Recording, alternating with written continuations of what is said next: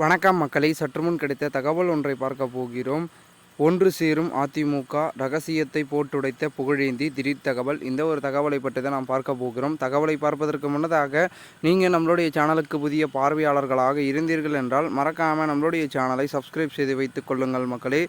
தற்பொழுது கிருஷ்ணகிரியில் அதிமுக ஒருங்கிணைப்பு குழுவை சார்ந்த புகழேந்தி செய்தியாளர்களை சந்தித்து பேசினார்.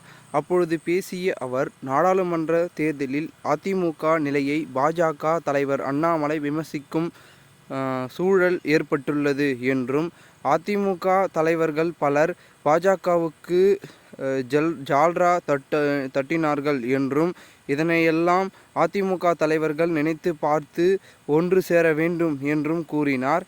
மேலும் சசிகலா அவ்வப்பொழுது வெளியில் வந்து அதிமுக சேர்த்து வைக்கிறேன் என்று கூறிவிட்டு வீட்டுக்குள் சென்று விட்டதாக தெரிவித்த புகழேந்தி, ஒருங்கிணைப்பு ஓ பன்னீர்செல்வம், எடப்பாடி பழனிசாமி ஆகிய இருவரையும் சசிகலா அழைத்து பேச வேண்டும் என்றும் வேண்டுகோள் விடுத்தார்.